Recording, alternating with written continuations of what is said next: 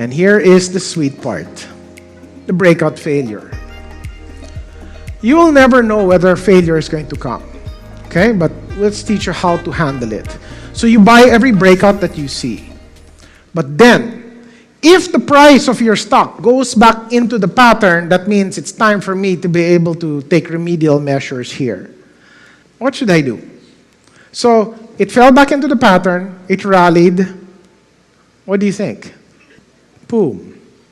So do you wake up every morning looking like that? You can easily stop this from happening. Right? First, you have to be comfortable with the system. So what do I do to protect myself? Because this is a possibility. How do I know it's time to get out of this? Now, some people will simply say, all right, the minute that pattern goes back inside out, okay, you can do that. I will tell you this though, many of the stocks that go back only a partial movement back into the pattern will continue going up.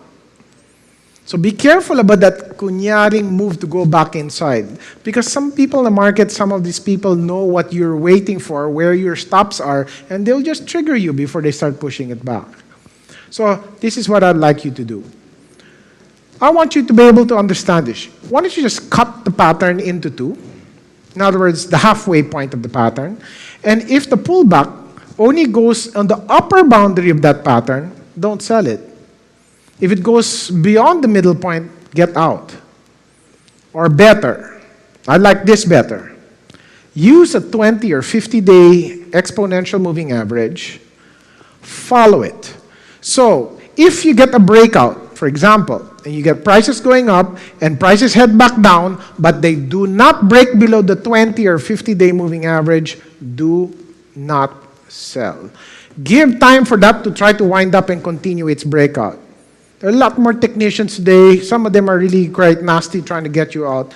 But it's very hard for them to be able to resist dragging it all the way down to that moving average. So if you see the moving average holding, then go ahead and hold on to your position. For example, look at this. This is pure gold.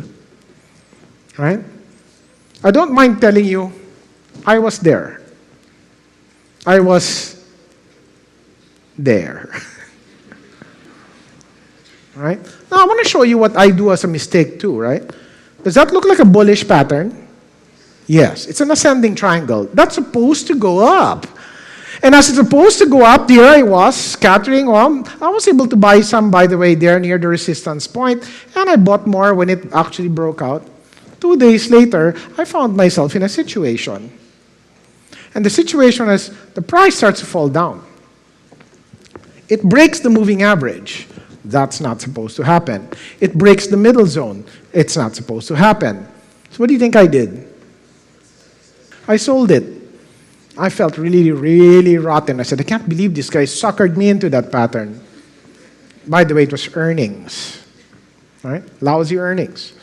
Imagine a beautiful pattern, yung pala, ang sama ng earnings niya. Here's where the technical formation did not match the potential news. And this could be surprising. Right? That fooled me. But in the end, do you think I care? Look at where it is right now. I was crying, I mean, not physically. I was crying when I sold my position here, and I said, come on, imagine I had to sell my position there. But looking at it today, and saying, oh, thank God. And look at where that thing is. And so I did not want to be making my decision down there now. So I'm super glad I was able to exit that strategy when I was there. So I will tell you, I take a lot of mistakes. Not because of a mistake that I thought was going to happen, but only because circumstance led to the mistake. It's something I cannot control. How would I know what earnings they would come out with? Right? And so handle that when it's there. Damage control. Look at this guy. Breakout. Right? Shoved all the way back up there, went all the way back down to the breakout point, and then managed to be able to climb back here. Look, the pullback went all the way back to the moving average, held on the moving average, and then started to climb again. Picture perfect. That's what you want to happen in a breakout situation. You buy on the resistance break, buy into the first pullback, you're more than making huge amount of money in a stock. That's the ideal world here.